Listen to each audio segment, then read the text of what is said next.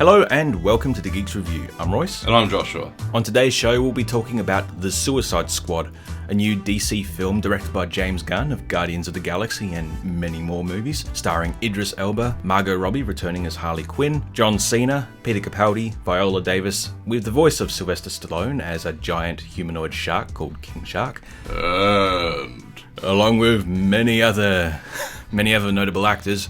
We'll just be talking about our thoughts about this film in a non-spoiler context, as well as comparing it to the previous Suicide Squad film released back in 2016. oh boy, It's going to be interesting. it is. So, the Suicide Squad is a team within the DC Comics of supervillains, usually lower tier supervillains, teamed up by the government to go do their dirty work if there's a mission that's too risky politically or too dangerous for their operatives. That and a little bit extra. DC originally made the recreated the Suicide Squad, or Task Force S, in the comics as a way of trying to kill off certain villains if they lose popularity and see if they can't re-increase it. Because, who's going to be around forever in a show literally called Suicide Squad? Pretty much it. And right off the bat, in regards to comparison, this film sets that premise up so much better. Absolutely, where we only had two people die in the first film. One is why is he even here? Oh right, he's the guy to show that we're serious, Yeah. The bombs are serious. Yeah, all these supervillains have these bombs planted in the base of their skulls, so if they go off mission, flick the switch and, away they go. Yes. Kind of like if they get caught as well, the government can kind of wash their hands and just say, oh, it's supervillains being supervillains, we've got nothing to do with this. Absolutely, and it's a good insurance scheme because they never actually get rid of the bombs later in life. Because there have been examples of members who have gone on, had their bombs deactivated, but then reactivated when they called back into service. Well, yeah, that's... With long-running members like Digger Harkness, aka Captain Boomerang, Harley, Deathstroke even, and Deadshot. Deathstroke on this team, that would have been interesting to see. Yeah, he was there briefly, much like one of the Reverse Flashes. Having characters like that, because in the 2016 film, you kind of got the setup of, what if Superman turned bad? Yeah. What if this happened and we needed a super-powered force, and then they kind of assemble a bunch of people who really aren't up to that task in that first film? Well, maybe with the exception of, say, Deadshot. Well, yeah, I guess super-powered entities like, what's his name, Skullface? Can't even remember his name, and normally I do. But also You the mean El Enchantress. Diablo? That's it, yep. They're superpowered, but you got Harley Quinn, who's a capable fighter, but who's just a lady with a baseball bat at the end of the day. Acrobatics with some genetic modifications thanks to Poison Ivy, where she's immune to various toxins and gases. Well, that's in the comics at least. It'd be interesting to see if they ever do that in this. Yes. If we ever get to it. But this film, straight off the bat establishes you're here to do a dangerous mission, you might not come back for it. But if you do, there's a reward at the end of it. You get 10 years off your sentence. And most of these guys are doing 50 to life. Well, considering what some of them have done, we're introduced to the character of Bloodsport, played by Idris Elba, who, in the comics as well, is established as being this guy who shot Superman with a kryptonite bullet. Yes, well, who hasn't hit Superman with kryptonite anything? Yeah. When you put it like that, there's not really anyone who's unique, but I guess within this universe And where that's it's still... what one of the jokes was in the beginning of the film, but comparing him and Peacemaker, played by John Cena, that, they're both deadly marksmen, and in their hands, anything's a weapon. Well, it's kind of the same deal for Savant, played by Michael Rooker at the very beginning of this movie. Yes. We're not going to talk too heavy about spoilers, we're just going to talk about stuff you might have seen in the trailer. If you've seen this film, Yes. if you're sort of looking forward to this film. Actually, just to start off and say, what did you think about this film? Because we haven't got to that bit. Well, going into this blind, I had a little bit of hope just because of the director. That was it, But we have been burnt by DC before with, decent directors churning out. Mind you, the first one suffered from, hiring a company that makes trailers to edit the film, and a lot of studio meddling. Here, it definitely looks like there's not very much meddling from the studio. James Gunn's just able to do as he pleases. Pretty much. And we have, I hate to say it, one of the three best DC films that we've had in the last decade. Yeah. And I hate that I'm able to say that. Because, it's just been so... Mediocre. drab. Yeah. I was speaking to a friend of mine about this, and he said, he enjoyed this film. It's just a shame that it's taken DC so long to do this and having to do what he called a marvel. Well, kind of. Because going into the original Suicide Squad 2016, there was kind of this talk about, okay, we're introduced to all these new characters. How are they going to introduce them all in a 2-hour movie? Because I guess we've become sort of trained with the whole Avengers thing. Yeah. When the Avengers 2012 came out, we'd already had 5 films preceding it. You know, we'd had 2 with Iron Man, we'd had 1 with Thor, 1 with Captain America. We'd been introduced to, like, Hawkeye, who wasn't much of a major character there anyway. Granted, DC saw Guardians of the Galaxy when they came up with the concept of doing a Suicide Squad movie, saying, write that down. Well, even that film sort of introduced all those characters. So James Gunn, same director as this. And this film just does it so well. The opening 3 minutes introduces you to all these new characters, with some returning characters like Rick Flag, played by Joel Kinnaman, and Captain Boomerang, Jai Courtney, and Margot Robbie as Harley Quinn. Yes. And it just establishes them all so well. I mean, you're introduced to this guy, Savant, played by Michael Rooker, who's, you know, a sort of mainstay of James Gunn's films. And you see him in the yard bouncing a ball in the prison yard. Bird lands, and you see him then ricochet the ball off the wall and kills the bird. So just in those few seconds, you get... It shows off what he can do. And that he's not a good guy. No. And, you know, he's then picked up by Amanda Waller, who's this government operative played by Viola Davis, who basically tells him, you know, all the stuff that the first Suicide Squad film took an hour to do. Yes. That there's going to be a bomb planted in your skull. You know, if you go off course, we're going to set it off. You get 10 years knocked off your sentence, yada yada, here's your team. And Savant shows up and he's kind of ridiculous looking, then you just see the other characters. Yes. You've got Nathan Fillion as a character who just goes by the name TDK. Yes. And we won't talk much more about him, but that was funny. It was. Blackguard, Mongal, Javelin. Just the Weasel. Yeah, Weasel, played by the other half of the Gunn brothers. Yeah. Who actually shows up later on as another villain, which was really fun to see. Yes. Again, little Easter egg there for anyone who wants to look out for that. But it just establishes them all, and you got a bit of banter as they go to the mission, and it just sets it up so well. There's actually genuine chemistry here, other than, you know, I guess we're meant to interact. And just goes to show you don't need, like, a solo film for all these individual characters to understand who they are. Because most of them we haven't even heard of. I actually had to look half these guys up. Yeah. Oh, God, I mean, Blackguard is the guy from SNL, I can't remember. Pete Davidson. Yeah. Yeah, that's right. I'm like, which Doctor is he? I mean, the only 3 characters I was actually familiar with the B team, I should say, were Ratcatcher 2, Polka Dot Man, who's so bottom of the barrel I can't even believe. Yeah. And King Shark, who has been different in every iteration that he's appeared in. I think for King Shark, who's actually been quite a prominent character in recent years, he was in the Flash TV show. Yes. He's in the Harley Quinn animation. He's going to be in the upcoming Suicide Squad game. Made by the same people who make the Arkham games. Yeah. Yes. I sort of feel like this is now the definitive version for me, at least. He's just so... He combines all elements I know of the character into this package. He's a shark and he's sentient. He's voiced by Sylvester Stallone, and my mum said he's actually the most, you know, coherent I've heard him be for years. I wear disguise. Yes. That wasn't him. That wasn't Sylvester Stallone. No. So going into this film, not quite sure what to expect, and it sets the scene with its brutality. People die for once, other than, you know, faceless, whatever they were in the first one. I'm just going to say Polly's from Power Rangers. I kind of, you know who Weasel is just from the small interactions. Like, it's sort of, they say that show don't tell, but it's sort of, if the tell is integrated well enough, it can be done really well. How to do show don't tell right. Yeah. When you cut to, like, the headquarters of Task Force X, like, you know, all the operatives, and they're betting on who's going to live, who's going to die, they kind of say, like, Mongal, who's that? Oh, alien warlord? Who knows? Yeah.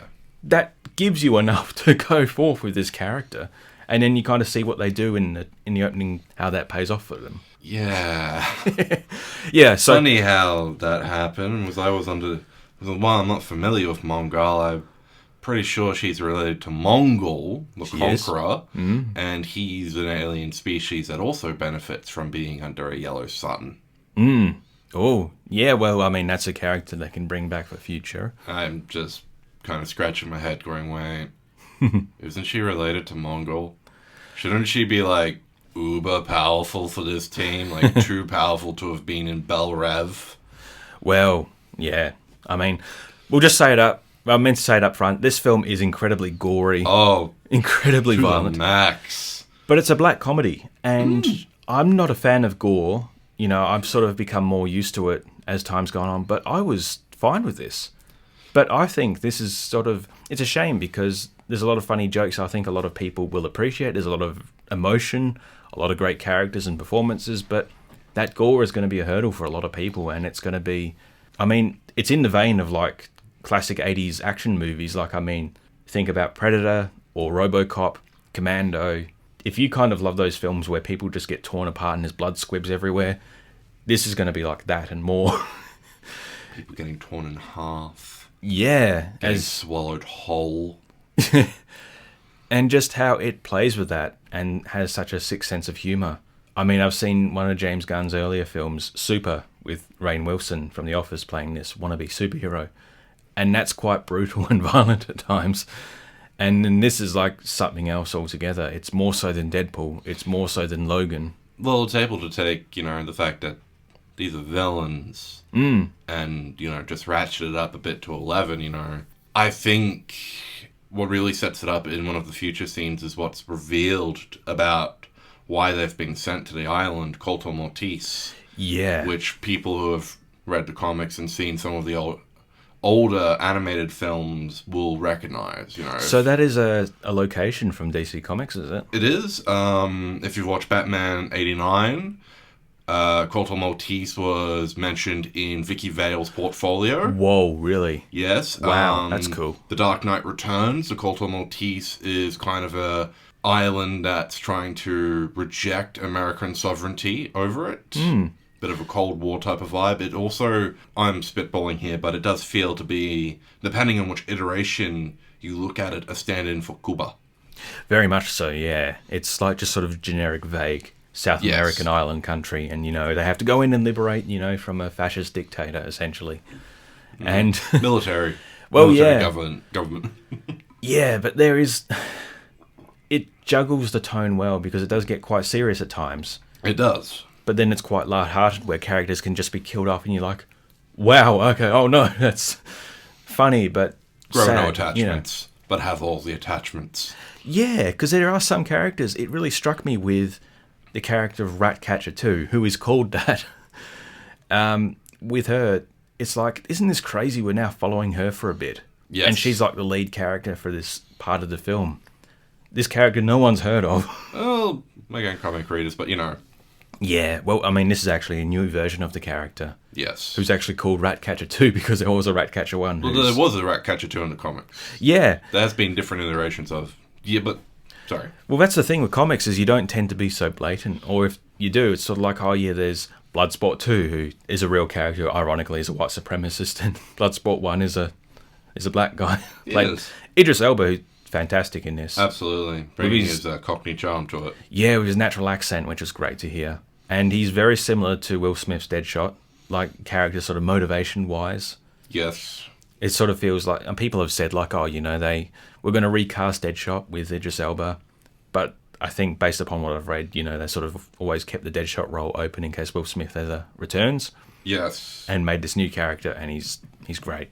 I'd rather Bloodsport over Deadshot, if I'm going to be honest. Yeah. Lawton has seen a bit of a Deadshot, not... Floyd Lawton, Floyd Lawton. I keep going... This is the issue about having a comic readers in the room. And I always like studying the villains and actually learning the alter egos a bit better.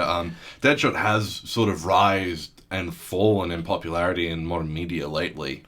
He showed up in the Suicide Squad reboot comics about 10 years ago. Yes, he had a bit of an appearance in... He had a consistent appearance for a while in the Arrow TV series, and then sort of kind of dropped off after the actual movie 5 years ago. God, Will Smith killed Deadshot. I mean... It was DC's mishandling, you could say. We could, but again, I haven't been paying too much attention, so I'm spitballing. It's very artistic, this film, in places. It is. Like James Gunn says, this is his most, artistic, creative film. And, yeah, I mean, to have total freedom to just sort of do the gore, the violence he wants, the scenes. There's the character of Peacemaker, played by John Cena, comic accurate costume. He wears this bizarre reflective helmet on his head. Super long Desert Eagle. Yeah. It's like 1/2 meter long, this gun. Nearly as big as his arm. That's great. There's a bit of a fight scene where his helmet is lying on the ground and the camera focuses on his helmet and rotates around it as you see the fight happening in the reflection of the helmet. That was dope. Yeah, that's such a strange... I can only imagine if he ever gets called in to do like The Mandalorian.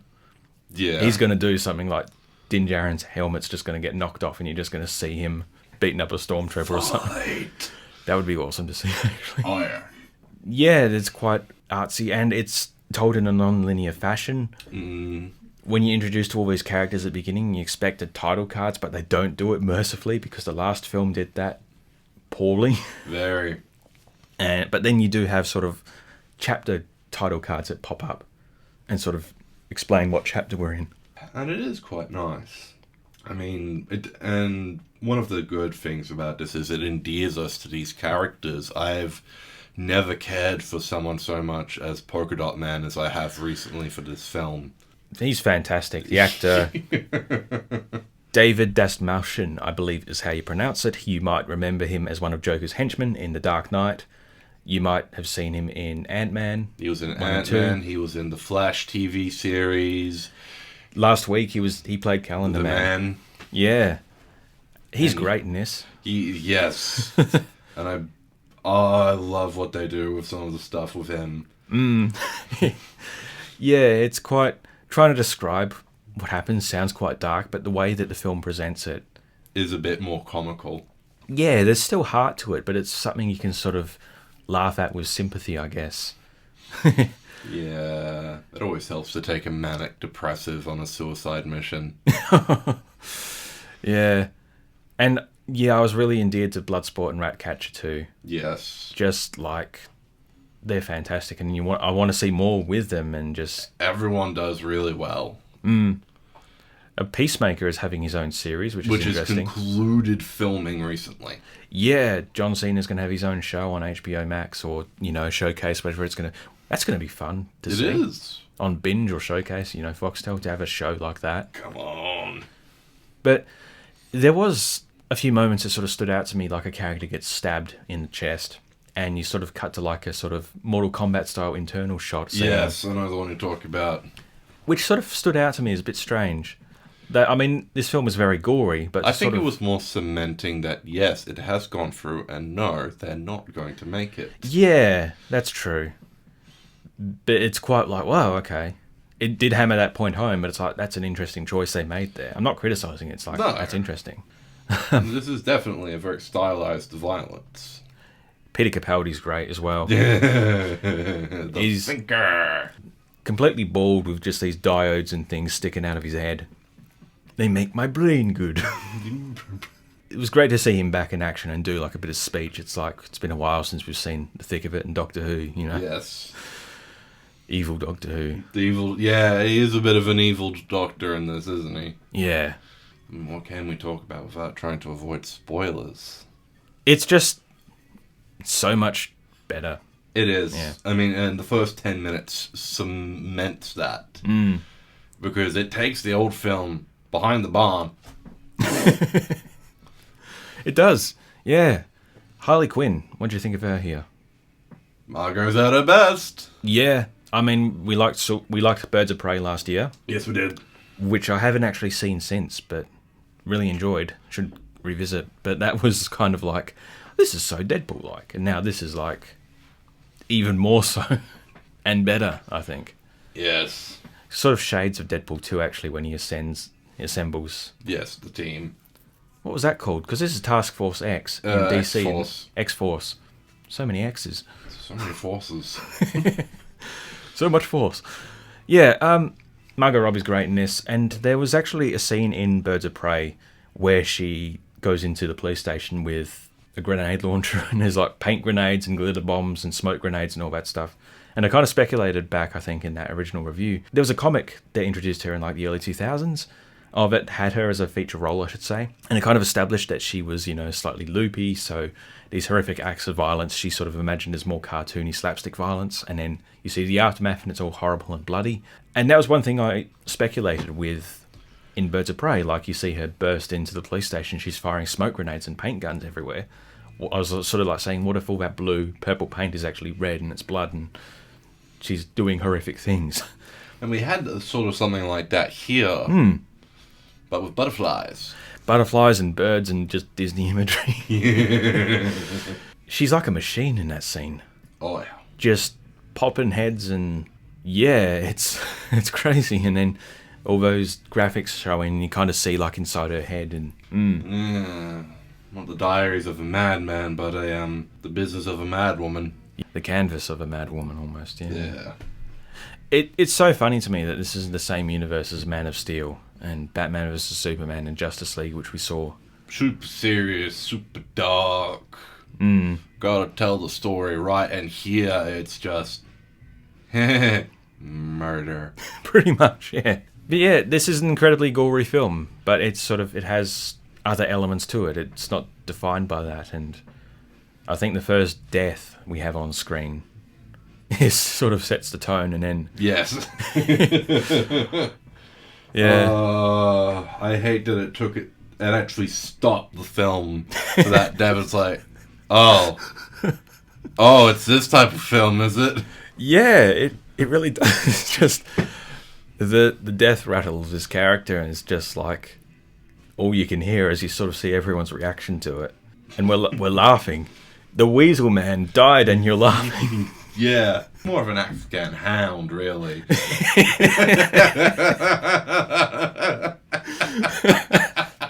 Starro is in this. Starro the Conqueror. Well, Yeah. I mean, we did see him in the trailers, and Which is why we can sort of talk freely about it. we can, and if Starro's involved, then mind control's involved. Yeah. There's kind of the scene where you see them running into battle, and he's sort of in the background, and it's quite comedic. This giant starfish just stomping his way.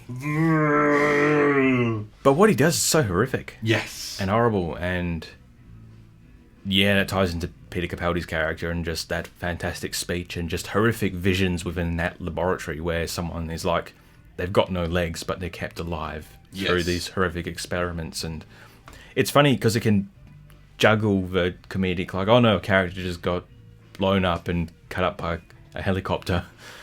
With this, where it's like, oh no, this is a bit more serious, isn't it? Yes.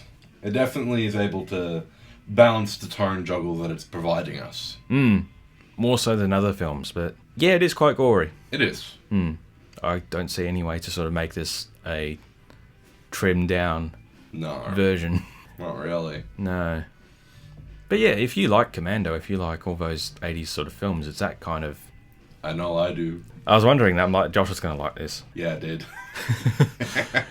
And I was surprised that I liked it too. I think a lot of people are going to be going into this expecting, the usual DC garbage, but it's going to surprise you. As I mentioned earlier, this is probably one of the better 3 films that we've gotten so far in the DC catalogue. Well, yeah, I mean, you said the last decade earlier, which Yeah. goes back to Nolan's time, like of The Dark Knight Rises came out 10 years ago. So yeah, let's sort of rankings, I guess. How does this compare to what we've got before? I think that's what sits at the top at the moment and holds the crown as a superhero film for me is Shazam. Oh yes, yeah. And then as an epic, we have Wonder Woman, and here this definitely sits well in the 3rd place. Yeah. A gold for the villains. It's got strong villains, it's got strong heroes, or anti-heroes. Yes. Viola Davis is great in this, actually. Oh, She's terrifying. Man, that's the Waller I wanted to see. She was the one part I liked from the first Suicide Squad film, actually. But she didn't do much. She was a bit too cold. Yes. In that, and here she's like fury and rage and spit flying from her mouth as she's screaming. Yeah. Yeah. She's still got the calculating coldness to her, but this is more of the CC Pounder days of the actual character from way back in the early 2000s with the Justice League TV show and even some of the animated films that have been sprinkled throughout. A good example would be, within the last couple of decades, the Assault on Arkham film. Yeah. Which is a tie-in to the Arkhamverse games. Which was sort of I don't remember enough of that film to sort of talk about it in regards to like being a Suicide Squad film, but it is that. It was a Suicide Squad film. It was that, yeah, in the Arkham because game they universe. were being sent in to deactivate a bomb and other things. This is up there for me as well. I might... Unironically, also had King Shark in it. Did it just? It did. I don't remember him. He was in it. He wasn't in it as much. He was a bit more intelligent than this version. He hated heights. Right. That was one of his big things, that he had giant metal teeth. Oh, him. Yeah. Yeah. Yeah, that was different, wasn't it? It was. That was... The Arkham games sort of have a weird blend of, like, you know, taking the comic designs and then sort of reiterating them into something a bit more real, grounded. Yeah. Which Harley's costume in the Suicide Squad is based upon Arkham City, they actually said. And her upcoming appearance in the Suicide Squad game. I do like the writing on the back of her jacket, "Live fast, die clown." Yeah. And they got rid of that horrible rotten tattoo on her jaw as well. Yeah, no, she's just got the love heart, daddy's little monster. Still got all of those, yeah. Yeah. It's it's really good, the Suicide Squad film. It is. I'd put this up there, actually. I think maybe this, Birds of Prey, Shazam, Wonder Woman, sort of might swap around those few, but yeah, I really like it. But yeah, fair warning, it is very gory, very violent. Absolutely. But it is quite lighthearted in how it does it, so... It's not a family film, but it's Definitely not. I reckon, because I haven't checked what it's rated at the cinema. MA, yeah. Okay, so it is MA, yeah. Surprising. I'm not surprised. Well, I mean, you sort of think like, well, lesser has been rated R, but, you know, like the Australian R18 plus restricted, you know. Well, our R rating is actually a lot more harder to obtain. You're thinking of the American R. Well, yeah, but that Overlord Nazi film, Yeah. that's rated R. It earned its Right. R rating, while here, this may be pushing it. I mean, Deadpool didn't get an R rating, and everyone expected it to get an R rating in Australia, but it didn't. It's an MA, It comfortably. is a solid MA, and here I definitely see it now that I know that it was rated MA. Yeah, it is deserving of the MA rating. Anyway, that was our thoughts on The Suicide Squad. It's in movies now. It's in cinemas now. Cinemas now, and should be on Foxtel Showcase, maybe. various streaming services, possibly. Fingers crossed, anyway. Fingers crossed. Anyway, I'm Royce. And I'm Joshua. See you next time. Bye for now.